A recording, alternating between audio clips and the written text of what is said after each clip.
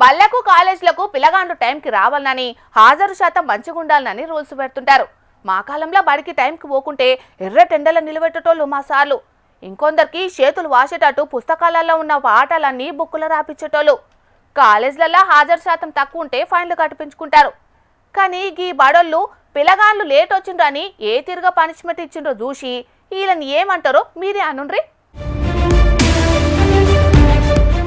కాలుకు దెబ్బ తాకితే నొసలుకు మందు రాసినట్టు పిల్లగాండ్ల తల్లిదండ్రులకు వింత పనిష్మెంట్ ఇచ్చిండ్రు ఎములాడికాడి బాలికల సాంఘిక సంక్షేమ గురుకులంలున్న మేడంలు. దసరా సెలవులు శనివారంకి ఒడిచిపోయినాయట.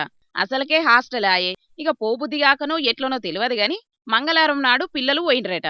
ఇక మేడంలు rule is rule, rule for all అనుకుంటా దసరా సెలవులకు పోయి ఆలస్యంగా వచ్చినోళ్ళు రంగు డబ్బా దేవాలని ఆర్డరేసిండ్రు. ఇక పెద్ద మేడంలు ఆర్డరేసిండ్రంటే రాజముద్ర వేసినట్టే కాబట్టి చేసేదేం లేక సప్పుడు చేయకుండా అడిగిన రంగు డబ్బా కొనుక్కపోయి ఇచ్చిండ్రు వాళ్ళ తల్లిదండ్రులు.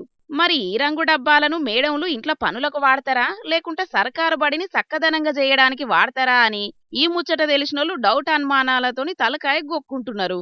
అయినా వాళ్ళు పైసలు లేకనే పిల్లగాళ్లను సర్కారు బల్లే చదివిస్తున్నారాయే. మీదికెళ్ళి అడ్డగోలు ఖర్చు పెట్టి రంగు డబ్బాలు దెమ్మనుడు న్యాయమేనా చెప్పుండ్రని మస్తు గరమైతున్నారు పిల్లగాండ్ల అమ్మనాయనలు. విద్యార్థి సంఘాల నాయకులు కనీసం బడికి రంగు కూడా వేయించలేని దుస్థితిలో ఉన్నదా ఈ సర్కారు? దీని మీద విద్యాశాఖ పెద్దసార్లు గట్టి చర్యలు తీసుకోవాలని గంటపదంగా డిమాండ్ చేస్తున్నారు విద్యార్థి సంఘాలోళ్ళు.